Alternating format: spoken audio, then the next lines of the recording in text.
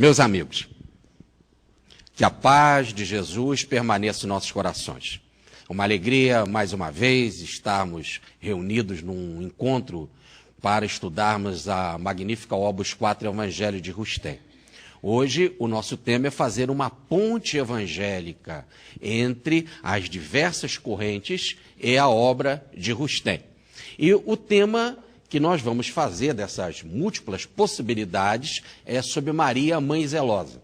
Mas como também Maria, Mãe Zelosa tem múltiplas possibilidades, eu vou focar num item, que é o rogai por nós na hora da nossa morte. Se Maria é realmente o espírito dessa grandeza, ela tem esta força para rogar por nós na hora da nossa morte, ela é mãe zelosa na hora da nossa morte. Então esse é o tema, evidentemente, que todo alicerçado na obra de Rustem. Mas como esta frase, rogai por nós, agora e na hora da nossa morte, pertence a uma das orações mais conhecidas do mundo, que é a Ave Maria, e que é notadamente católica, então nós temos que abrir aqui um parênteses para entender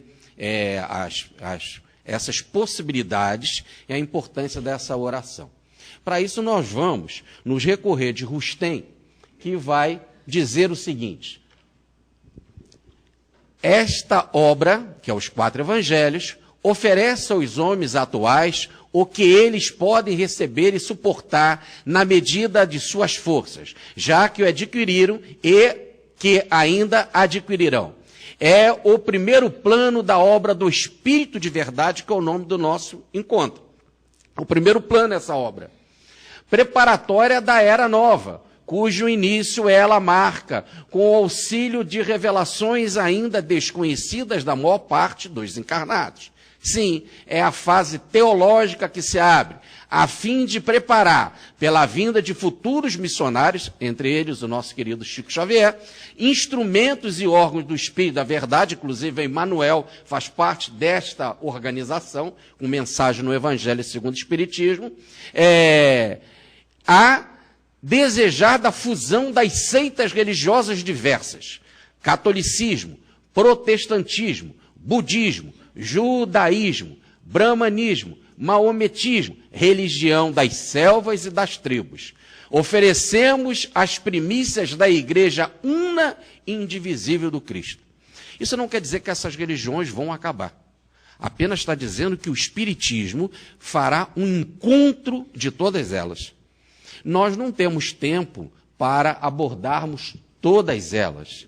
Então nós vamos tirar, baseado sempre no princípio da Ave Maria, e dessa proteção de Maria rogando por nós na hora da nossa morte, dois focos: o catolicismo e a religião das selvas e das tribos, ou melhor, dos índios e dos nossos africanos. Então, esses são, podemos dizer assim, são as duas vertentes da nossa palestra. Como dizia o Newton Boechat, sem mais delongas, então, passemos ao nosso tema, né? Então, a primeira reflexão é o Chico Xavier dizendo: louvado seja nosso Senhor Jesus Cristo e a sua celeste mãe, nossa mãe, a quem devemos a gratidão da Ave Maria. Então ele agradece a Jesus, porque Jesus foi a causa de Maria, do nascimento, não é? Que ele terá através de Maria. E agradece a Maria pela gratidão, pela generosidade. É uma bênção para a humanidade. Nós temos uma prece como a Ave Maria. Tá certo? Assim, vamos estudar ela. Outra reflexão. Primeira parte da Ave Maria. Ave Maria, cheia de graça, o Senhor seja convosco. Bendita sois vós entre todas as mulheres, e bendito é o fruto do vosso ventre, Jesus. Essa é a primeira parte, toda ela baseada em frases do Evangelho. No encontro do anjo com Maria, do encontro de Maria com Isabel, a mãe de João Batista, surgiram essas frases. Então, essa primeira parte da Ave Maria, ela pode dizer assim, é evangélica, é escriturística. Essa é a primeira parte. Tudo bem? Aqui só um pequeno comentário sobre a palavra graça ali. Maria é cheia de graça. A palavra graça, repare que está escrito por Lucas, e Lucas era discípulo de Paulo de Tarso, e na filosofia de Paulo, graça é a manifestação do Espírito de Deus. Então Maria é cheia do Espírito de Deus. Como eu estivesse dizendo, é um espírito evoluído.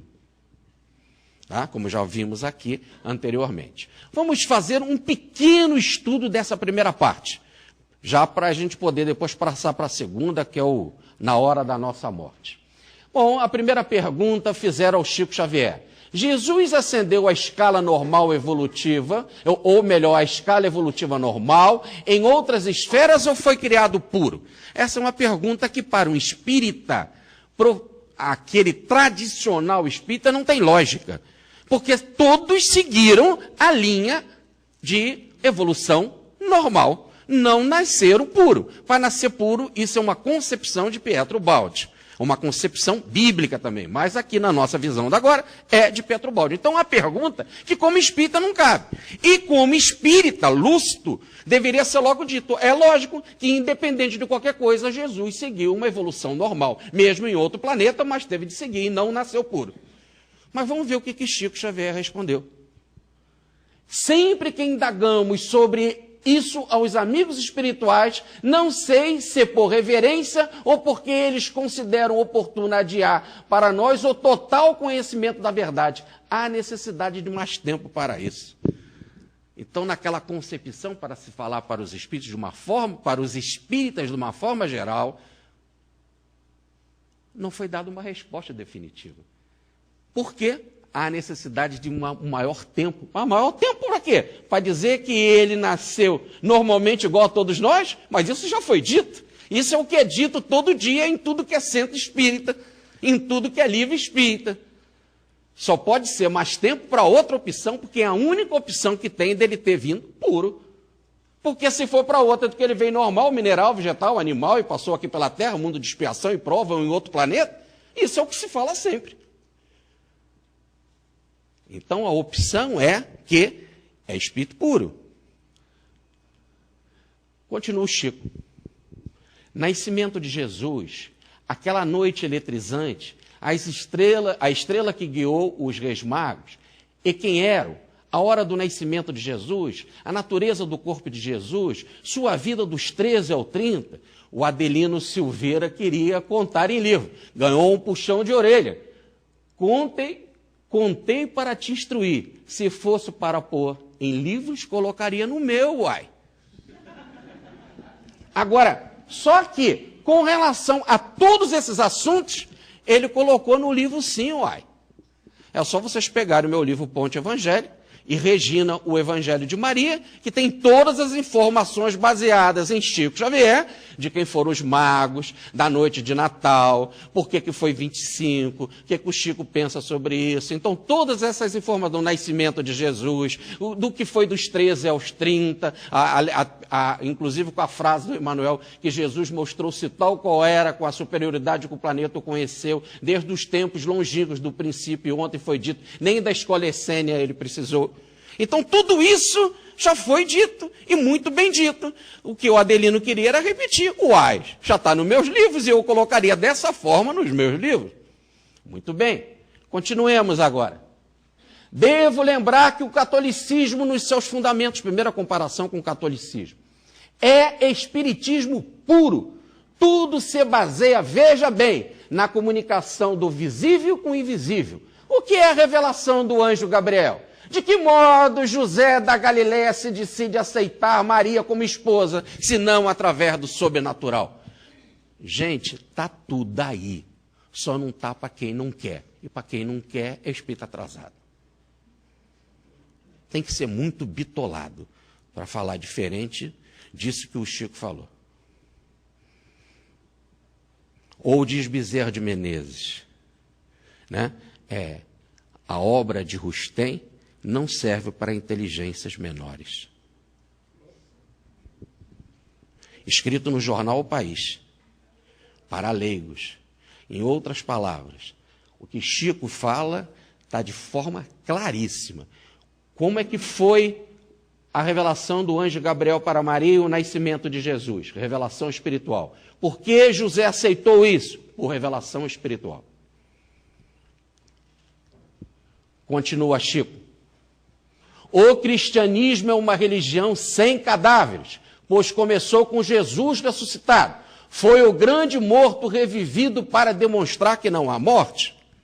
Mas aí alguém poderia dizer assim, mas é lógico, ele ressuscitou, porque todos nós ressuscitamos perispiritualmente, sobrevivemos no plano espiritual. E ele simplesmente demonstrou isso através de uma materialização depois da morte, dizendo que estava vivo. E foi o primeiro a provar isso para nós. Será que é só isso? Observe em outra frase. No futuro, Espiritismo e Igreja Católica não serão religiões paralelas. Elas se encontrarão. Isso não quer dizer que serão as mesmas. Cada um na sua. Mas vão se encontrar, o encontro de ideias. E como estará dependendo das autoridades que fizerem este benefício à humanidade. É um benefício. Porque a igreja, com a graça de Deus, um dia vai aceitar o estudo da mediunidade, a reencarnação e a comunicação dos espíritos, porque isso está na própria sobrevivência do cristianismo. O primeiro que ressuscitou e mostrou que não havia morte foi Jesus. Agora, com o primeiro, acabou aquela outra tese. Ressuscitou no sentido de que todo mundo ressuscita, no sentido de que todo mundo sobrevive. Não, aqui não é isso. Porque antes de Jesus, pessoas morreram e sobreviveram. Depois de Jesus, pessoas morreram e sobreviveram. Ele está dizendo que foi o primeiro. Para ser o primeiro é porque ele está dizendo que é de corpo. E de corpo só poderia ser um corpo especial. Por isso que ele teve um nascimento especial. Só houve ressurreição porque houve um nascimento especial. Aliás, o alfa e o ômega, a cobra mordendo o seu rabo. Está tudo unido. Sem o primeiro, um nascimento excepcional, não poderia ter uma ressurreição, ou melhor, uma morte especial. Tudo bem? Já estamos quase terminando o estudo da primeira parte. Olhem bem o seguinte. Questionado Chico com referência ao desaparecimento do corpo de Jesus, ele afirmou categórico: o corpo de Jesus foi desintegrado por vontade dele. Participando do nosso encontro naquela noite, alguns amigos deram-se pressa em levantar-se da mesa, sendo que um alegou a necessidade de tomar um copo d'água na cozinha. Vamos fugir desse assunto, né? E o Chico continuou. Foi então que o Chico sorrindo, rematou baixinho. Há pessoas cuja cabeça não suportam ouvir esses assuntos. Logo, um se levanta para beber água e o outro vai tomar um ar lá fora, respirar um ar. Tudo bem? Não suportam ouvir. É como diz, limitação. Bom, mas se ele desmaterializou o corpo dele, como é que é isso? Vamos para o sudário. Sudário. A irradiação de uma substância desconhecida na Terra. Diz o Chico, chamuscou o manto de Jesus. Por quê? Porque ele tinha uma matéria totalmente desconhecida para nós. Segundo, nada se assemelha a ela em nosso planeta. Fechado? Então, com isso está resolvida a primeira parte da Ave Maria. A Ave Maria cheia de graça, o Senhor é convosco, bendita sois vós entre as mulheres, Espírito elevado, e bendito é o fruto do vosso ventre, que é o corpo de Jesus. Está explicado. Tá bem? Fizemos a primeira ponte. Vamos para a segunda parte da Ave Maria, que é a que nós vamos nos deter mais, que é a seguinte: Santa Maria, Mãe de Deus. Esse Mãe de Deus não tirem da cabeça, a igreja não pisa na bola. Ela é mãe, como diz o Chico. E não devemos ficar torcendo para a igreja acabar. Chico sempre disse isso. Como acabar a igreja? Vamos botar essa gente toda onde? Tá certo? A igreja, e ela sabe muito bem. Jesus é Deus sim, ele é aquele Deus do Antigo Testamento. Aquele Espírito que se manifestava no Antigo Testamento, que ditou a lei, falava, havia, comunicava-se, andava, ralhava com eles, é Jesus, é o Yahvé. Se não acreditar de que eu sou, e como era o nome dele, eu sou, como ele diz para Moisés, morrereis em vossos erros. Então é ele mesmo. Então, Maria é a mãe daquele Deus, ou melhor, daquele Espírito superior, guia de Israel, guia da humanidade, guia do nosso planeta. que se apresentava naquela época, para aquela linguagem, com o nome de Deus. Como também havia os deuses de todas as outras religiões. Então não é Deus no sentido absoluto. Aliás, a Bíblia não fala em Deus em sentido absoluto. Ficou claro? Não tem nenhuma passagem do Antigo Testamento que fale em Deus em sentido absoluto. Fala sempre desse Deus que é Jesus, o Criador do nosso planeta. Tanto dizer o texto, ele veio para os seus e os seus não reconheceram. A igreja, ou melhor, a Bíblia não é teísta. Ela acredita em Jesus. Ou em Yahvé, que era Jesus, com o nome antes dele se chamar Jesus. Tudo bem? Rogai por nós, Santa Mãe de Jesus, ou de Deus, ou do Deus do Antigo Testamento. Rogai por nós, os pecadores, nós que caímos e persistimos na nossa queda. Agora e na hora da nossa morte, que é a situação mais desagradável para o pecador, é a morte.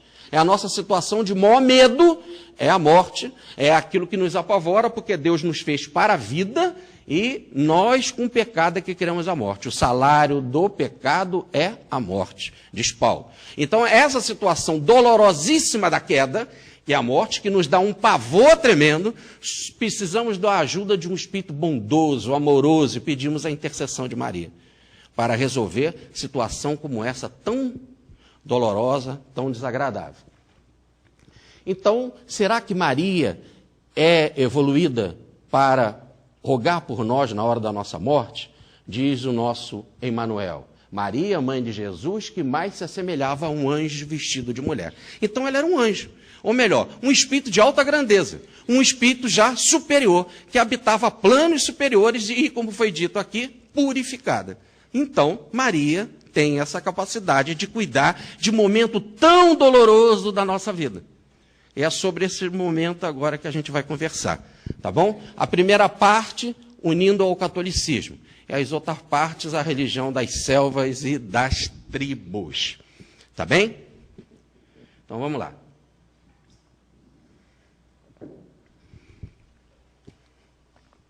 Vamos dividir a nossa palestra com a introdução, que já fizemos, o caso de João Carlos, o caso Ulisses, o caso Clara Nunes e o caso Nossa Senhora da Abadia. Vamos lá.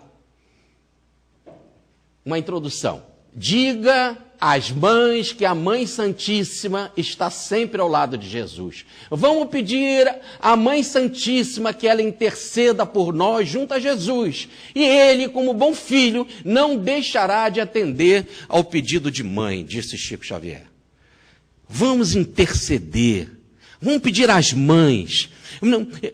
Mais sofrimento do que a pessoa que passa na hora da morte é mãe vendo os seus filhos morrerem. É uma dor imensa para a mãe. Então, as palavrinhas do Chico, fala para as mães que existe Maria. Maria está sempre do lado de Jesus. Olha, ela vai pedir a Jesus. E Jesus, como bom filho, vai atender. Peça, avisa para as mães que existe Maria. E Maria vai nos socorrer, ou vai socorrer principalmente as mães nesta hora. Primeiro caso do João Carlos. Está aí um menino, por volta de 14 anos, devoto de Nossa Senhora da Aparecida. João Carlos morava na cidade de Embu das Artes, que pertence à Grande São Paulo. Lá na cidade de Embu das Artes, nós temos a igreja Nossa Senhora do Rosário. E ele, devoto de Maria, e tinha uma promessa a pagar, ele podia ir na igreja de Nossa Senhora do Rosário. Já tinha essa igrejinha lá na cidadezinha dele. Mas um jovem de 14 anos não leva em conta que também nesse dia tinha uma festa em Embu, uma festa para jovem, e que ele podia ir na festa. Poxa, além dele poder ir na festa para jovem, lá já tinha uma igreja de Nossa Senhora, e que ele podia pagar a promessinha dele. No entanto, foi acompanhar um amigo familiar, uma pessoa, um amigo praticamente da família, à cidade de Aparecida do Norte, a sede da religiosidade mariana do Brasil, Aparecida, né? Nossa Senhora Aparecida, padroeira do Brasil. Ele foi acompanhar, foi resgatar uma promessa. Às 12 horas, o padre benzia os objetos sagrados, ele comprou uma imagenzinha de Nossa Senhora, para ser abençoada, para ser imantada com vibrações. E ele ali em oração cantava. João Carlos continha-se em oração a Nossa Senhora e cantava naquele momento. O santuário estava em obras. Estavam fazendo a grande ponte, que depois eu vou mostrar aqui para vocês. No momento, um garoto perdido na rua atira do alto da plataforma uma telha na cabeça dele. No momento em que ele orava. E a mãe fica desesperada, porque o menino recebe aquela telha na cabeça, em plena oração, em plenos cânticos a Maria, com uma imagenzinha de Maria na mão. Vai para o hospital, passa a ser dia no hospital e desencarna. A mãe vai procurar Chico Xavier.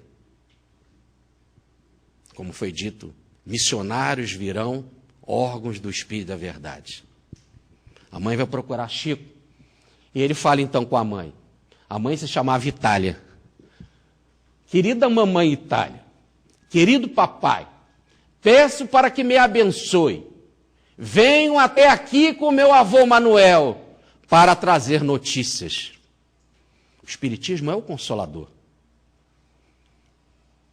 Só me lembro do sábado, dia 6, quando me preparava com muita alegria para cumprir meus votos no santuário de Nossa Senhora da Aparecida. Lembro-me de que estava em oração ao lado de nosso amigo o senhor José, quando senti uma pancada na cabeça. Orava e cantava com toda aquela multidão de romeiros. Viva a Mãe de Deus e nossa, sem pecado concebida. Viva a Virgem Imaculada, ó Senhora Aparecida. Aqui estão vossos devotos, cheios de fé incendida, de conforto e de esperança, ó Senhora Aparecida.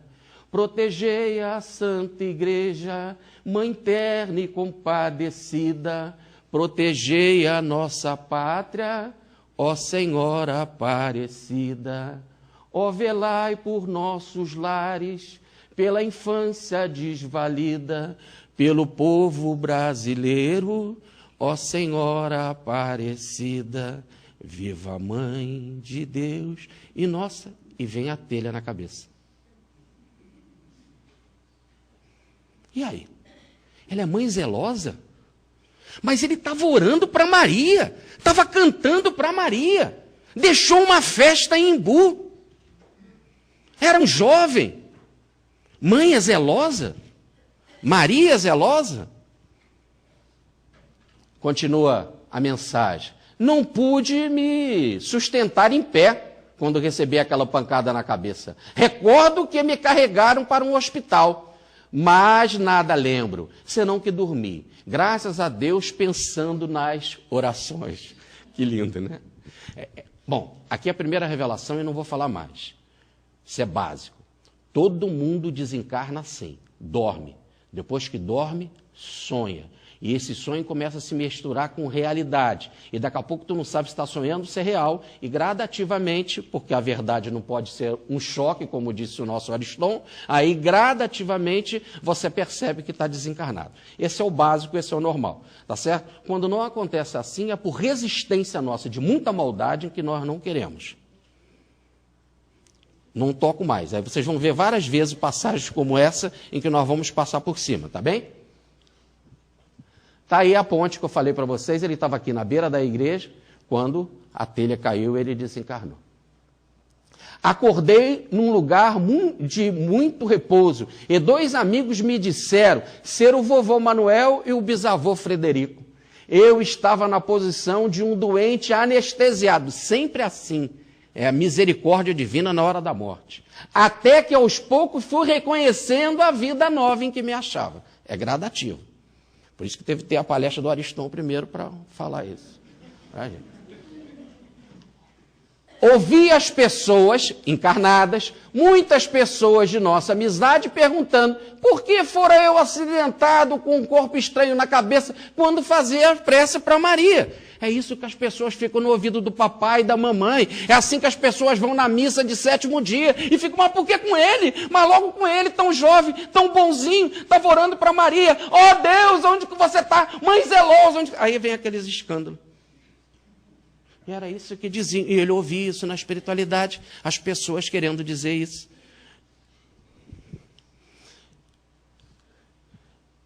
E na vibração lá da igreja de Nossa Senhora da Aparecida, ele vai comentar. Não somente meu avô Manuel, mas outros amigos aqui me esclarecem que eu não encontraria lugar melhor para sofrer a prova, além daquele em que me punha sob a proteção de Deus.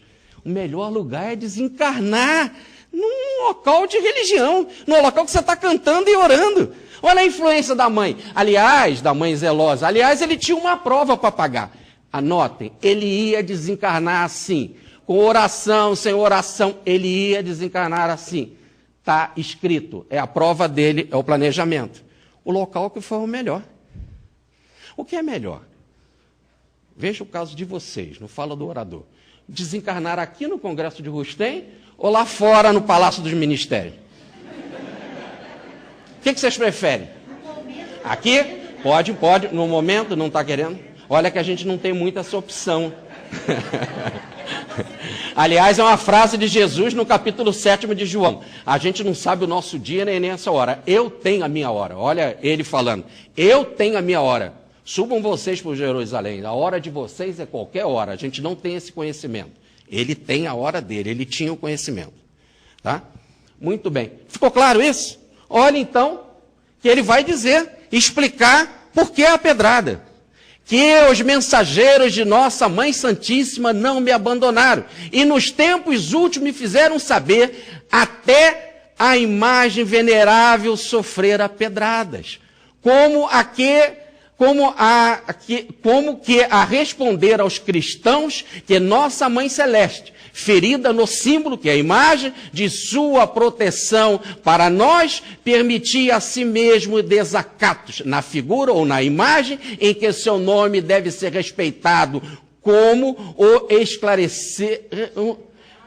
a esclarecer-nos que ela também sabe sofrer com os seus filhos, que somos nós, os atentados daqueles que ainda não conhecem Jesus. Ele está fazendo uma profecia.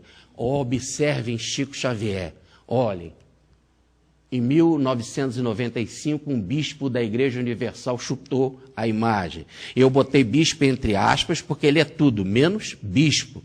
E depois, em 2005, um evangélico apedrejou, ele está falando em pedrada e não em chute, então ele está fazendo uma profecia, coisas da mediunidade do Chico, chutou um evangélico, né? Apedrejou um evangélico, a imagem do Ciro de Nazaré em Belém.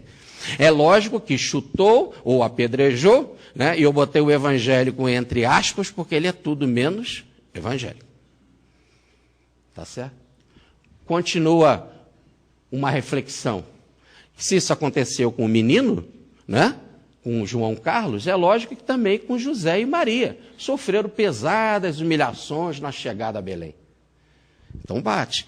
Então eles sofreram, José e Maria, aquilo que representa a figura, a imagem, e também o menino. Simplesmente porque há pessoas que ainda não cumprem a vontade de Jesus.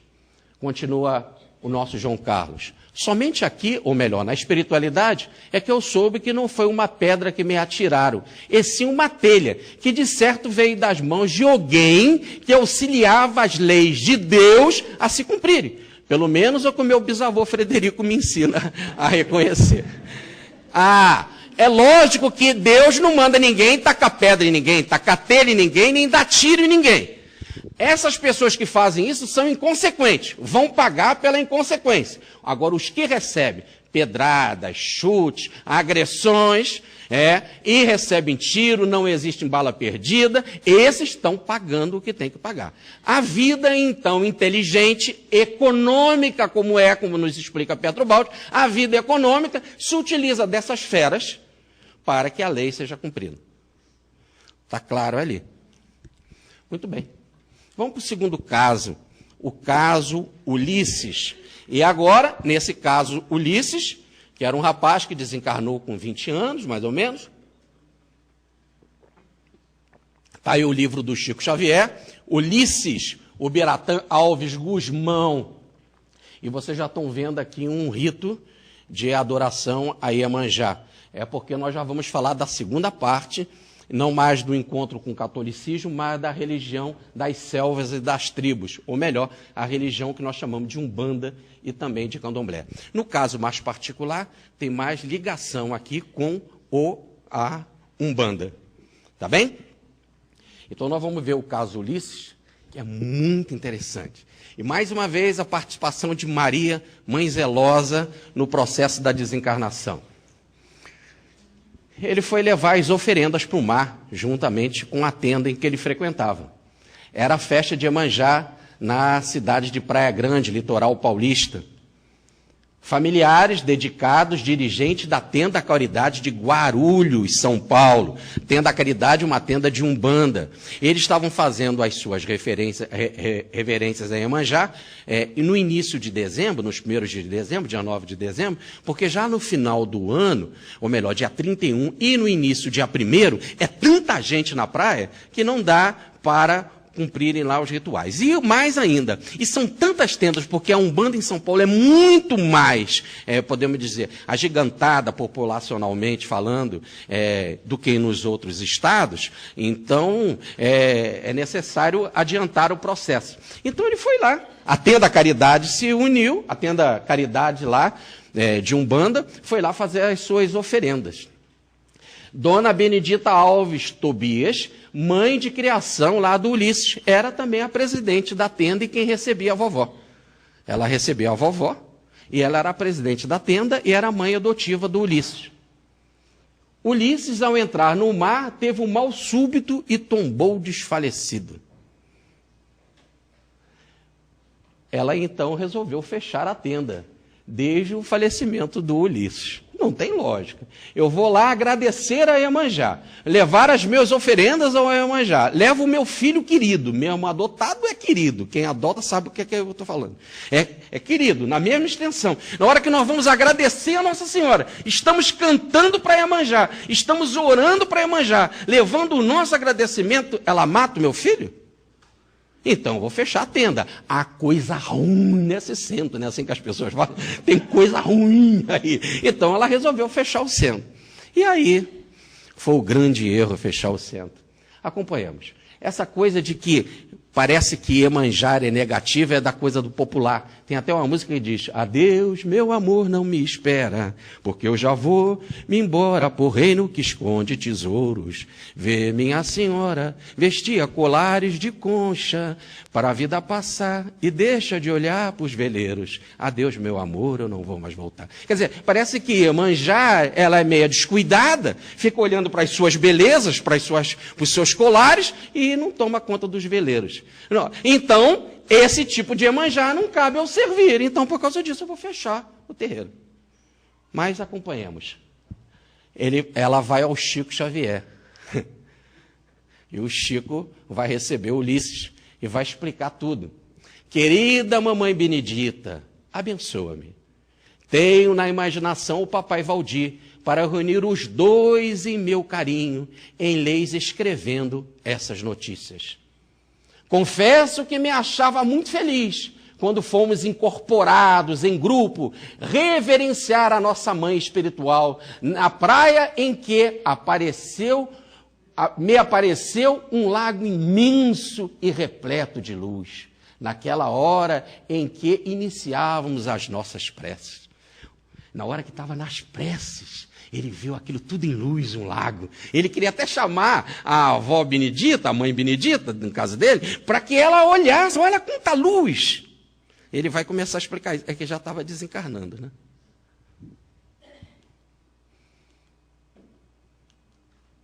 Levei a mão ao peito como se quisesse prender o meu coração que pulsava desordenado. Pensei comigo mesmo que era a beleza espiritual dos cânticos e das orações que me induzia àquela empolgação. Quer dizer, eu estou vendo essa luz porque eu estou orando tanto e estou cantando tanto, com tanta fé, que eu acho que eu estou meio em êxtase ou meio em transe. Mas era o transe da desencarnação. Eles estavam cantando músicas como essa que eu quis colocar, que tem tudo a ver com Pingo d'Água, por isso que ele fez a palestra antes, né? É um canto de umbanda muito interessante, que diz assim: as águas vêm descendo pelas serras, vêm rolando pelos rios e desagam no mar.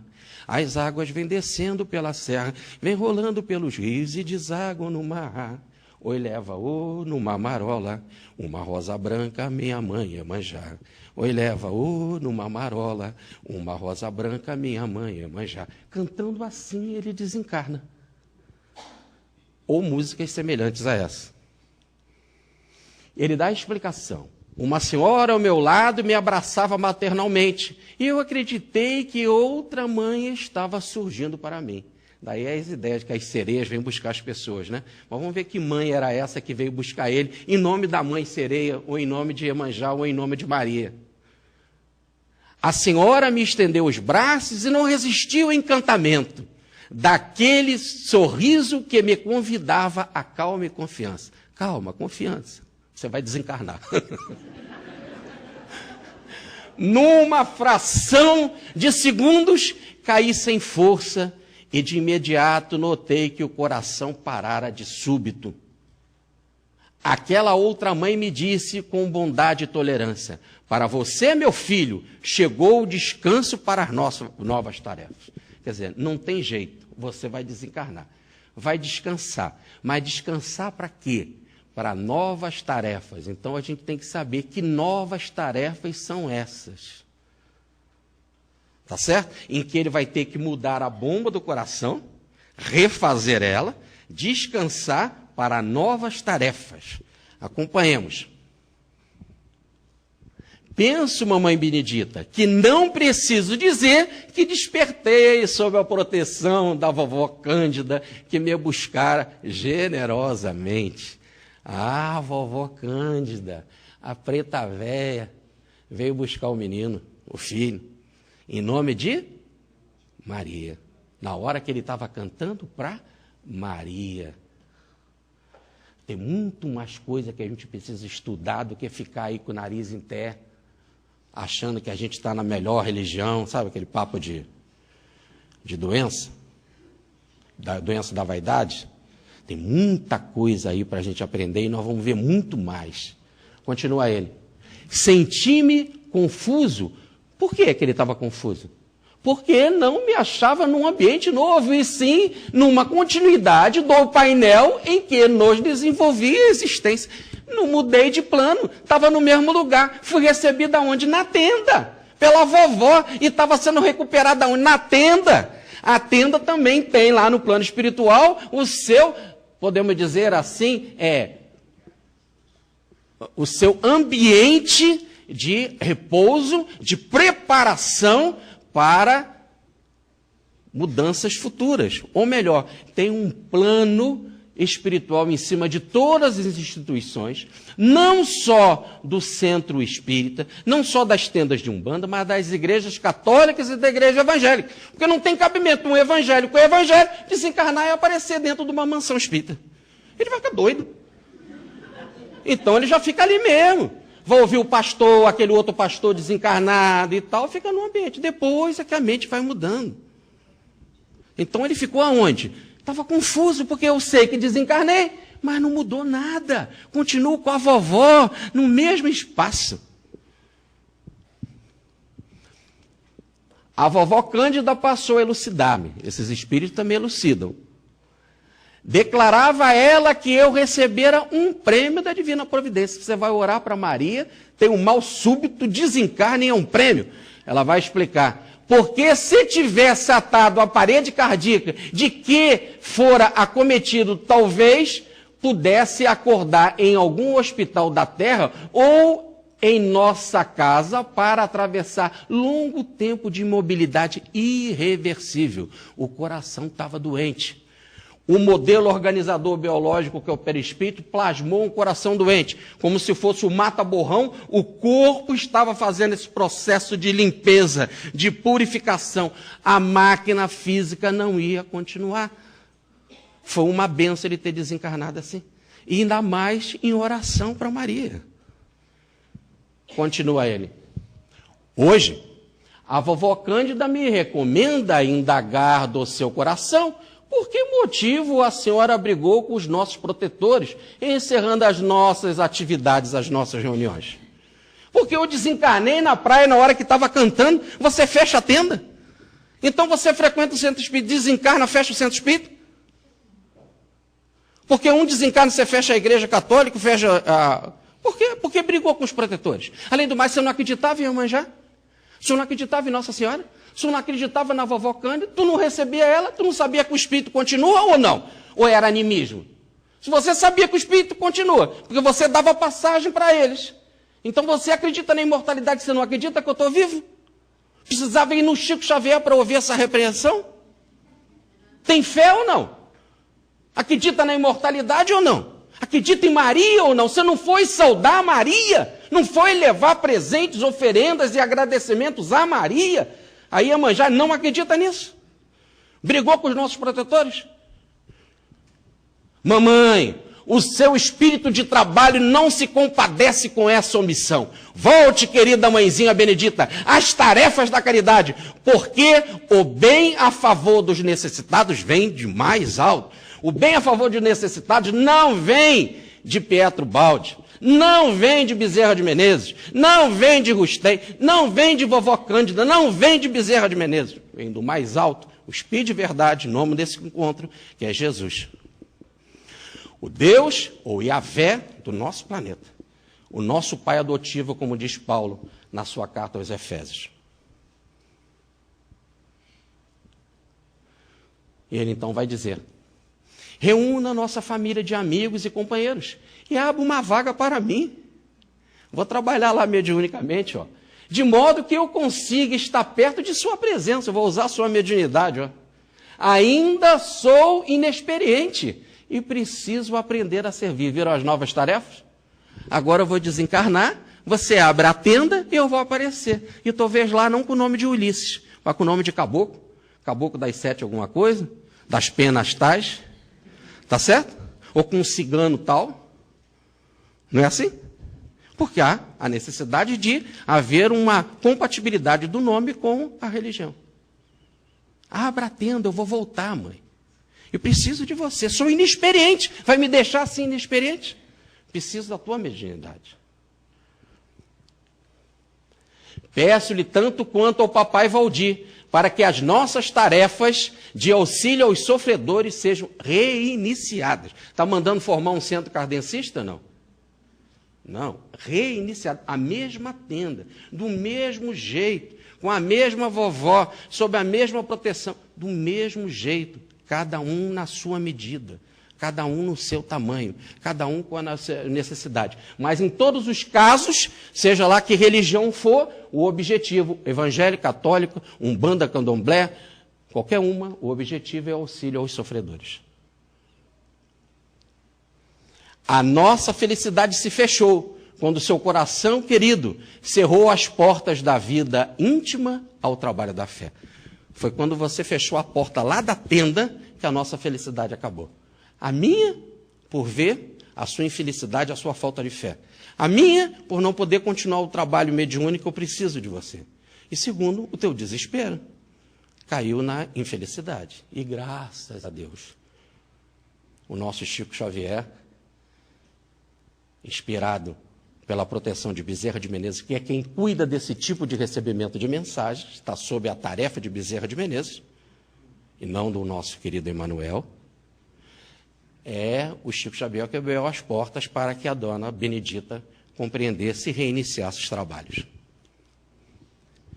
Bom, então qual é o pensamento da Umbanda para ser reiniciada? O que ela traz? O que ela tem para oferecer à humanidade? Para ser reaberta, ser reiniciados os trabalhos. Primeira palavra, Umbanda. Essa palavra ela foi ditada de boca em boca. Então as pessoas, você vai aonde? Aí como as pessoas eram assim meia vaidosas, né? E não queriam dizer que iam lá naquele lugar, então eu falava de ouvido para ouvido. Eu vou na Umbanda, eu vou na Umbanda. Aí passava de ouvido para ouvido, mas o nome era A1Banda. A1, Om. A energia, o A1. Entendeu? é a energia cósmica dos hindus, energia cósmica criadora, é o verbo, é o logos, é energia criadora. Essa energia criadora e banda, banda é ligação, há uma ligação dessa energia com a Terra, ou melhor, o serviço de a Umbanda é ligar energias espirituais com a Terra para que os filhos sofredores, os filhos de Maria, o primeiro centro de Umbanda chamava Nossa Senhora da Piedade, e dizia lá o caboclo que fundou o centro, em Neves e Niterói. O objetivo era que se chamaria Nossa Senhora da Piedade, porque como Maria recebeu na cruz o seu filho em dor, a tenda estava aberta para receber, como Maria, nos seus braços, todos os filhos sofredores. Por isso chamava Nossa Senhora da Piedade. Foi fundada no dia 16 de novembro de 1908, bem antes do meu aniversário, que também é 16 de novembro, sabe, Felipe? E então, 16 é um pouco antes, bem antes.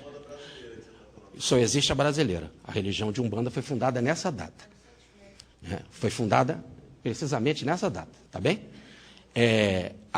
No caso, então, a ideia é transmitir energia espiritual para a Terra.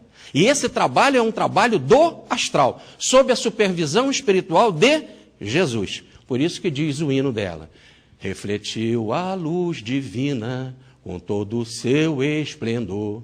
É do reino de Oxalá, onde há paz e amor. Luz que refletiu na terra, luz que refletiu no mar, luz que veio de Aruanda para todos iluminar. A Umbanda é paz e amor, é um mundo cheio de luz, é a força que nos dá vida e a grandeza nos conduz. Avantes, filhos de fé, como a nossa lei não há, levando ao mundo inteiro a bandeira de Oxalá, levando ao mundo inteiro a bandeira de Oxalá. E hoje tem centros de Umbanda na Argentina e, pasmem, em festa com flores no mar, independente de tsunami no Japão. E é muito legal ver japonês incorporado de preta véia. Muito legal.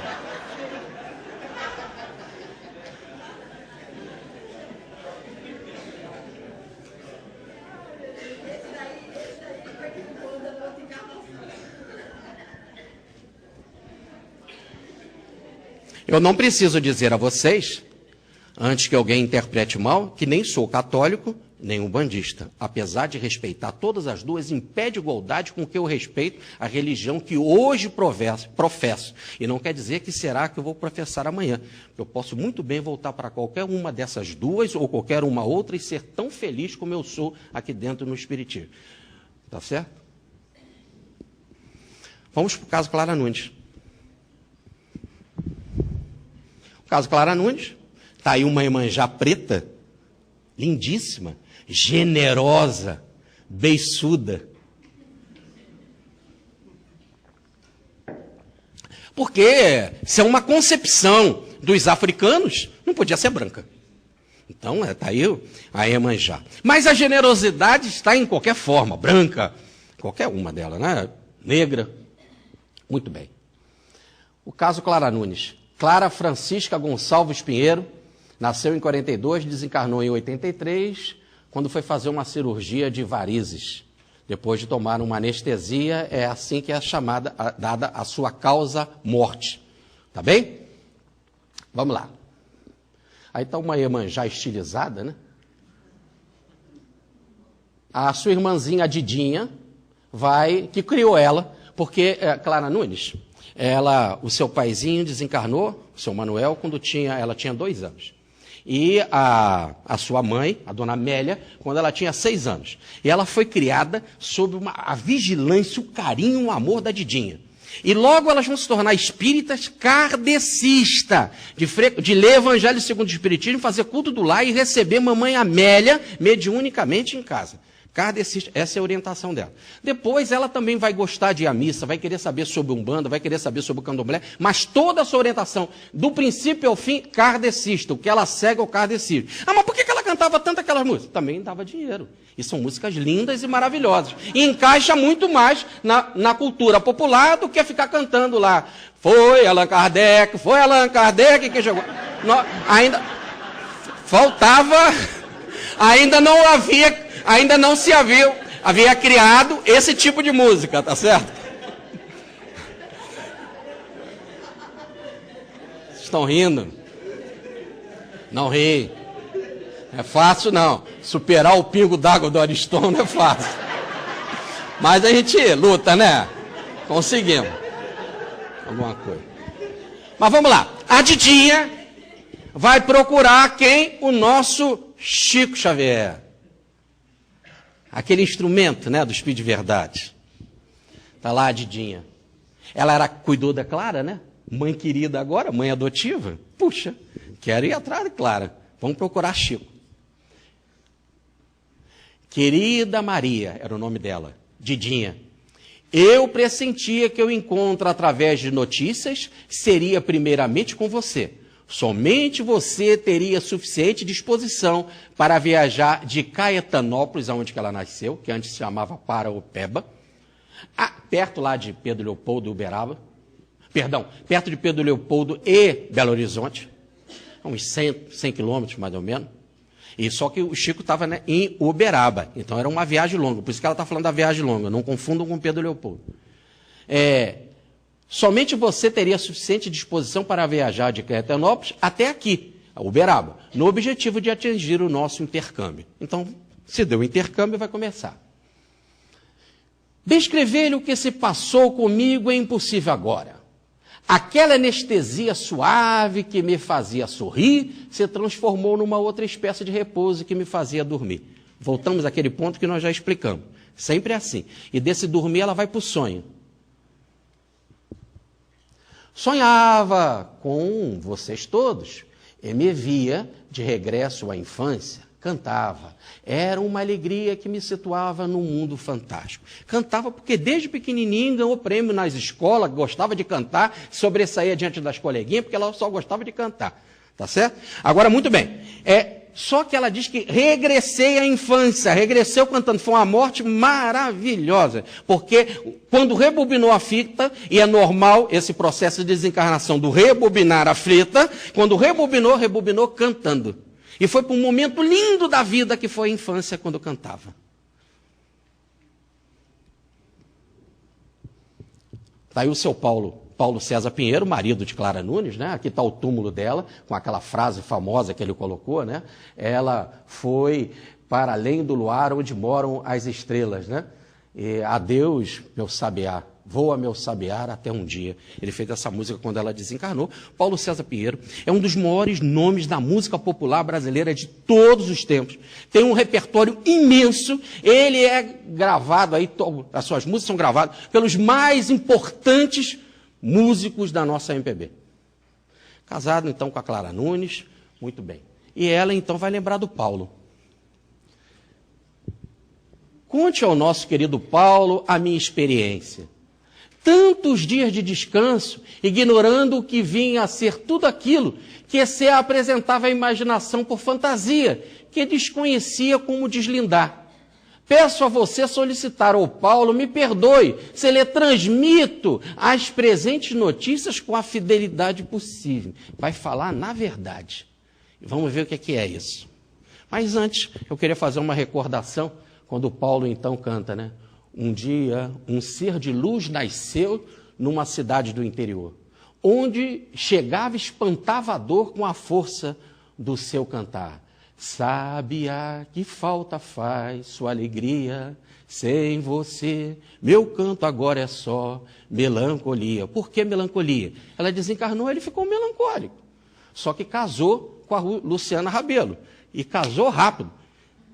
E casou rápido com a Luciana Rabelo, que é irmã do grande Rafael Rabelo, grande homem do cavaco e do violão, e casada, e irmã também da Amélia Rabelo, que encheram a vida de Paulo de música. E como vocês queriam que o Paulo vivesse? Sem música e sem Clara. Melancólico. Então casou com a Luciana. O homem tem que fazer assim. Morreu a mulher, casa rápido. Não fica melancólico. E eu me lembro de um amigo meu, que foi no meu casamento, que era da Federação Espírita de Niterói, que aquela idade pede para a gente não declinar o nome. Naquela época ainda existia a Federação Espírita no estado do Rio de Janeiro. Né? E esse amigo, de repente, sumiu. E eu comecei a ligar para a casa dele e as pessoas, não é aqui, não mora aqui, não está aqui. E me tratavam mal. Até que eu insisti, falei, eu quero falar com ele. Não está mais aqui, foi para Pernambuco. E eu, sem orientação, naquela época era catálogo mesmo, procurei no catálogo, liguei para lá, etc. Falei com a telefonista e pá, achamos lá o nome dele na lista telefônica. E liguei para ele. E foi uma festa. Ei, Jorge, como você me encontrou aqui? O que houve? Eu estou ligando lá para sua casa, as pessoas lá não me atendem bem, ninguém quer dizer nada sobre você. Ah, são os meus filhos, estão muito chateados. Porque quando a minha mulher morreu, eu casei logo imediato. Um mês depois eu casei. E aí eles não gostam de mim. Você acha errado, Jorge? Eu não acho nada, rapaz. Você está feliz? Eu estou. Jorge, olhe bem. Eu procurava minhas meias, não achava. Agora estão tudo enroladinha na gaveta. Tudo dobradinha, certinha. Tu imagina o cara que quer procurar gaveta. Procurar meia, não acha. Botar gaveta, não acha. Vai em casa. Resolve a parada. Tá certo? Então ele estava melancólico. E aí casou com quem? Com a Luciana Rabelo. Encheu ele de música. É participação de Maria, generosa na vida da gente. E participação de Clara Nunes, trazendo almas assim para a vida da pessoa. E ele então, inspirados na comunicação de Chico Xavier, ele vai falar essa passagem lindíssima que é toda mediúnica. Canta, meu sabiá, voa, meu sabiá, adeus, meu sabiá, até um dia. E essa expressão, até um dia, foi a mesma que o nosso Camilo Flammarion usou no túmulo de Allan Kardec, até breve. Então, a vida continua. E onde que está isso? Na mensagem do Chico que chegou na mão dele. Continua ela falando. Acordei num barco engalanado de flores. Até a expressão que ela usa, engalanado de flores, era mesmo do samba que ela gravou. Toda a corte engalanada, transformando o mar em cor. Eis o império enamorado, chegar a morada do amor. Ogum, Tema, Labocaiala e Sobá, que são nome das rainhas do mar. Muito bem. Então, acordei num barco engalanado de flores, seguido de outras embarcações, nas quais muitos irmãos entoavam hinos, que me eram estranhos. Hinos em que o amor por Iemanjá era a tônica de todas as palavras. Isso é a palavra de Chico Xavier. Os amigos que me seguiam falavam de libertação e vitória. Falar de libertação é claro, você está desencarnando. De vitória é, você venceu a sua encarnação. Aquilo que foi planejado. Legal? O Vitória fala disso. Agora, hinos para Iemanjá. Que hinos são esses? Eu me lembrei de mais um, está aqui, ó. Eu vi um pescador ajoelhado na beira da praia. Eu vi um pescador ajoelhado na beira da praia. Ele fazia uma linda prece à nossa mãe Iemanjá. Sereia, ô sereia, saia do mar e vem cantar na areia. Músicas como essa, os barquinhos, você imagina você desencarnar assim, você num barquinho cheio de protetores, uma porção de outros barquinhos com outros protetores, cantando com ela, cantando para Iemanjá. Mãe zelosa, ficou claro? Rogai por nós na hora da nossa morte. Agradeçamos a Jesus e a Maria pela Ave Maria.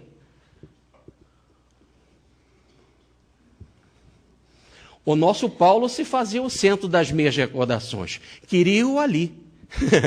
Só que ver se ele queria estar ali também. Né? E aí? Senhor Ariston, me responda. Issa canta através de Chico Xavier. Queria Ariston ali. Ariston ia?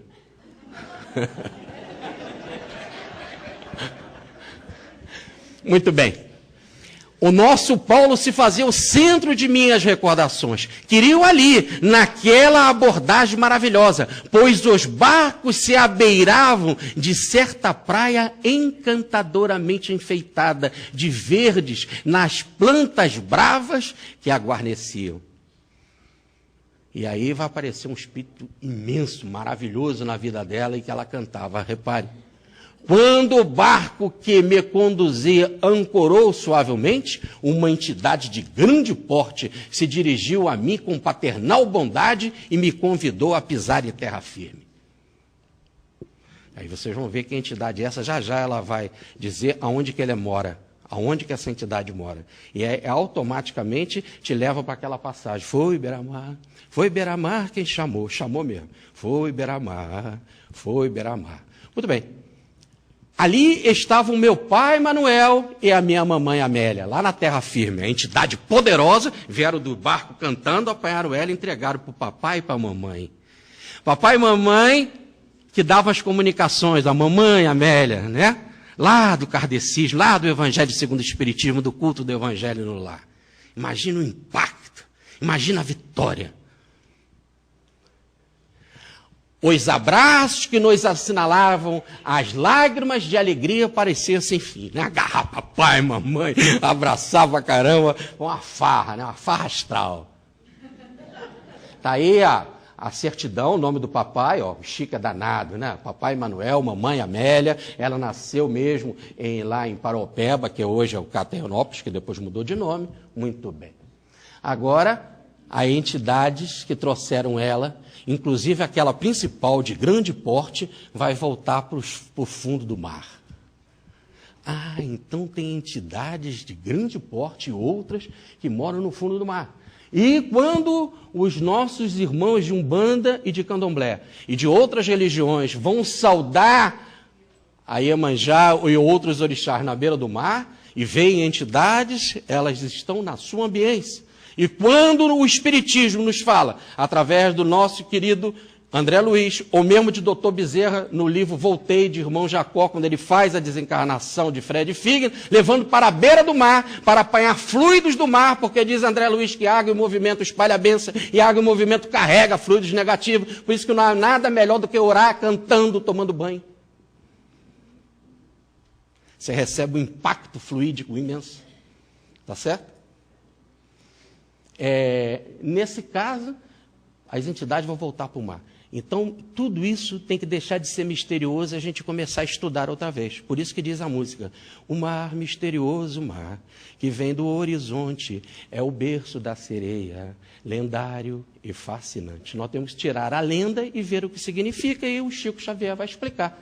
Ali, lá com a mamãe e com o papai, passei o convívio dos meus pais, e os meus guardiões retornaram para alto mar. Residência deles. Tudo bem? Agora ela continua. Peço a você confortar o nosso Paulo e dizer-lhe que não perdi o sonho do meu filhinho, que nascesse na terra de nossa união e de nosso amor. Porque o sonho de Clara Nunes era ter um filho. E ela não teve o filho. Mas agora ela mantém um sonho. Diga que não perdi o sonho. O futuro é luz de Deus. Quem sabe virá para nós uma vida renovada, diferente, na qual possamos realmente pertencermos para as minhas lindas realizações. E hoje, lá na cidade de Caeternópolis, ligado, anexo ao Centro Espírita Paulo de Tarso, existe a creche Clara Nunes. E agora as criancinhas, diante da imagem de Clara Nunes, ou da foto de Clara Nunes, cantam as músicas dela. Você imagina ela que tinha um sonho de ter um filho. Ela agora tem uma creche. Vale a pena desencarnar.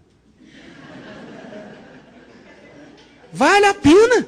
Ela agora tem uma creche e as criancinhas lá cantam as músicas dela. Vocês querem mais alegria? Uma vitória, como os espíritos falaram. Tá certo? A cigarra, continua ela pelo Chico, a cigarra, por vezes, canta com tanta persistência em louvor a Deus e à natureza, que se perde nas cordas que lhe coordenam a cantiga, caindo ao chão desencantada. Por que ela está fazendo essa comparação? Porque foi o disco que saiu antes dela desencarnar. chamada A Missão, e que tem a música A Missão, que fala da cigarra, e que diz que ela não teve tempo de trabalhar porque desencarnou. E nesse disco tem a música A Missão, que é o carro-chefe do disco, que fala dessa cigarra, que age assim, que era o caso dela. O próprio Paulo estava compondo aquilo que já ia acontecer com a desencarnação dela, e ela volta dizendo isso. E está aí a música, o meu canto é uma missão, tem a força de oração, e eu cumpro o meu dever, é missão. Por isso que o Espírito disse que foi vitória. Eu cumpro o meu dever, aos que vivem a chorar, eu vivo para cantar e canto para viver. Quando eu canto, a morte me percorre, e eu solto um canto da garganta, que a cigarra quando canta morre, e a madeira quando morre, canta. A cigarra de volta. E ela cantava, já anunciando a própria desencarnação dela. Era a música para a morte. E ela vai dizer isso. E pasmem, ela vai dizer que não morreu por causa da anestesia. Morreu por causa do coração, que não aguentou mais os cânticos maravilhosos, que tanto se abriu, mas tanto se abriu para cantar coisas maravilhosas, que depois não suportou mais em entrar na grade física. E ela desencarnou. Acompanhe. O meu coração da visa física não suportou a extensão das melodias que me faziam viver. E, numa simples renovação para tratamento justo, cuidar de varize e da beleza é caridade. E ela mesmo dizia, cantora tem que ter perna bonita. Então, diz ela, é operação tratamento justo, me fez repousar nas maravilhas diferentes que eu fui conduzida. Então, que grande acontecimento aconteceu lá, foi no coração dela, que se expandiu tanto, e que a anestesia foi apenas um favorecimento para ela se desprender. E é tanto verdade, que ela mesma canta, galo cantou às 4 da manhã, céu azulou na linha do mar, vou-me embora desse mundo de ilusão, quem me vê sorrir não há de me ver chorar. Vou-me embora desse mundo de ilusão, quem me vê sorrir não há de me ver chorar. Existe música mais espírita do que essa? E não há de ver chorar, e não chorou, porque desencarnou, e inclusive com a informação de que estava cantando, recordando as músicas da infância. No entanto, há algo em Clara Nunes que abre muito mais o coração. Há algo nela que amplia de tal forma que o canto toma o coração num incêndio tal que realmente é difícil depois, num trânsito como esse, você faltar ao corpo. Como me falta um gogó para isso, eu queria compartilhar esse momento com vocês, pedindo a Regina para me ajudar aqui. Você não é a Regina, não? Não, é aqui em cima. O negócio de ficar embaixo é coisa de Salomão. Não quer fazer a palestra. Então, uma das explicações desse coração amplo de Clara Nunes está numa das composições mais lindas que ela deixou para nós, mostrando o que acontece realmente com o coração de quem vibra em amor. Eu vou pedir a Regina para dividir isso com vocês, tá? Eu vos peço a caridade, benevolência, indulgência e perdão, tá? Com a ajuda de vocês também, então. Raiou, resplandeceu, iluminou. Na barra do dia o canto do galo ecoou. A flor se abriu, a gota de orvalho brilhou quando a manhã surgiu. Nos dedos de Nosso Senhor a paz amanheceu sobre o país, e o povo até pensou que já era feliz, mas foi porque pra todo mundo pareceu que o menino Deus nasceu. A tristeza se abraçou com a felicidade, entoando cantos de alegria e liberdade. Parecia um carnaval no meio da cidade, que me deu vontade de cantar pro meu amor. raiou, resplandeceu, iluminou. Na barra do dia o canto do galo ecoou. A flor se abriu, a gota de orvalho brilhou quando a manhã surgiu. Nos dedos de Nosso Senhor a paz amanheceu sobre o país. E o povo até pensou que já era feliz, mas foi porque pra todo mundo pareceu que o menino Deus nasceu, que o menino Deus nasceu. Mais uma. Que o menino Deus nasceu.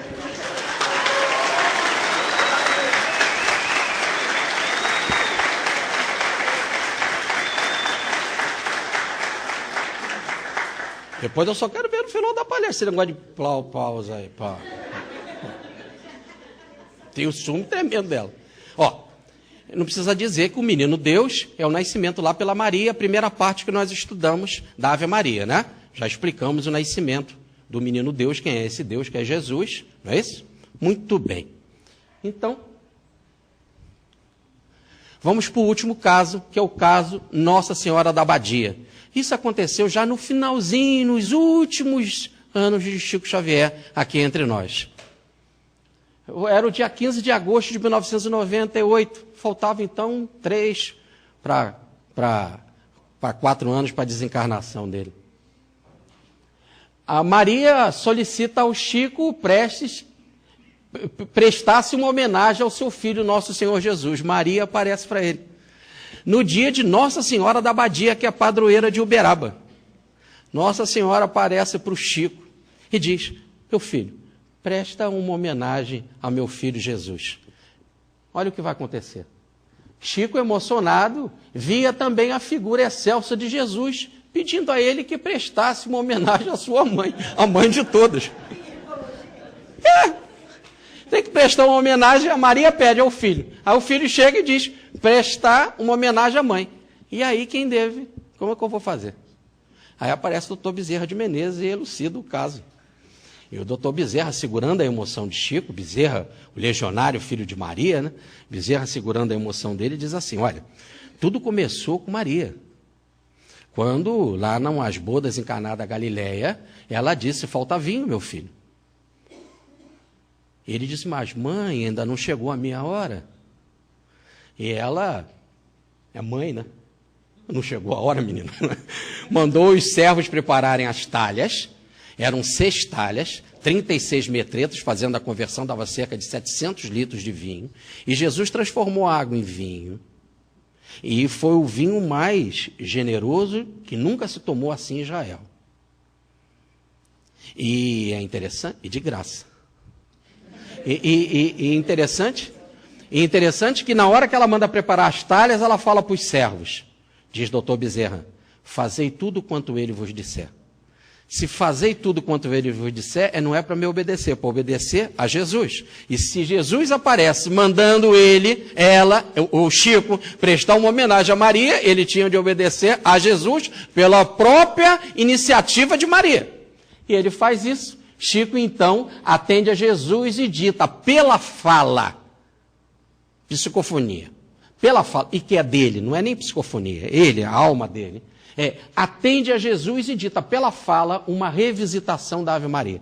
Então ele faz uma Ave Maria. Só que, pela emoção, o impacto foi tal que algumas palavras ficaram engasgadas. Algumas palavras também ele não filtrou na grandeza que precisava ser filtrada. E o doutor Bezerra de Menezes, cerca de uns 2 meses e pouco depois, vem e, pelo lápis do Chico, ele agora mais emocionalmente equilibrado, vai ditar a coisa como deveria ser, ao pé da letra. E eu trouxe aqui para vocês,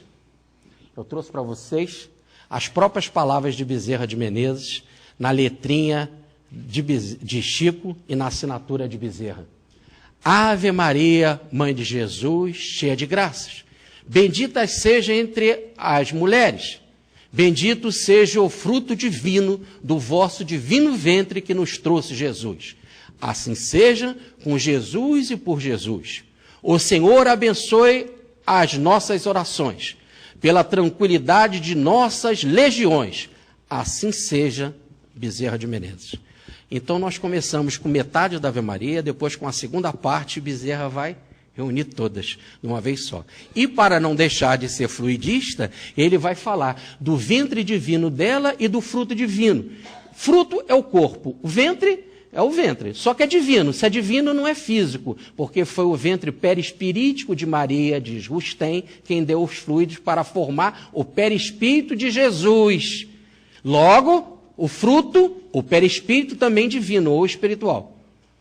O ventre de Maria, fluidos espirituais. O fruto, o perispírito de Jesus, fluidos espirituais. Só depois, com esse perispírito fluídico, é que ele vai unir a vide e os trigais, o fluido, para formar o corpo físico ou materializado.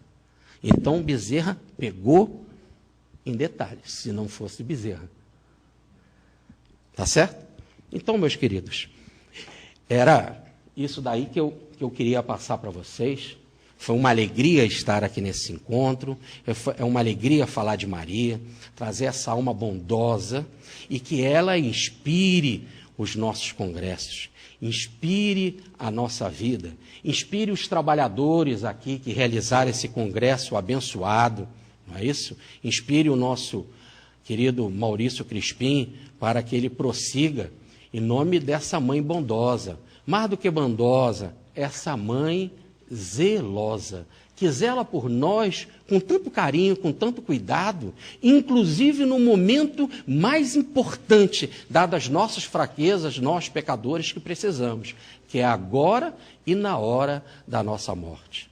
Entre as santas, mais santas foste ungida, Senhora da divina providência, cristal de rutilante transparência, que alumia e apacenta as nossas vidas. Nos jardins do Senhor foste escolhida, e apontada como anjo de clemência, para sofrer a cruz em coerência da humanidade em luta enraivecida. Virgem Maria, excelsa companheira, ai de nós, dadivosa mensageira, se não foras conosco no caminho. Ai de nós, se o teu hálito bendito não soprasse as correntes do infinito, se o teu manto não fosse o nosso ninho.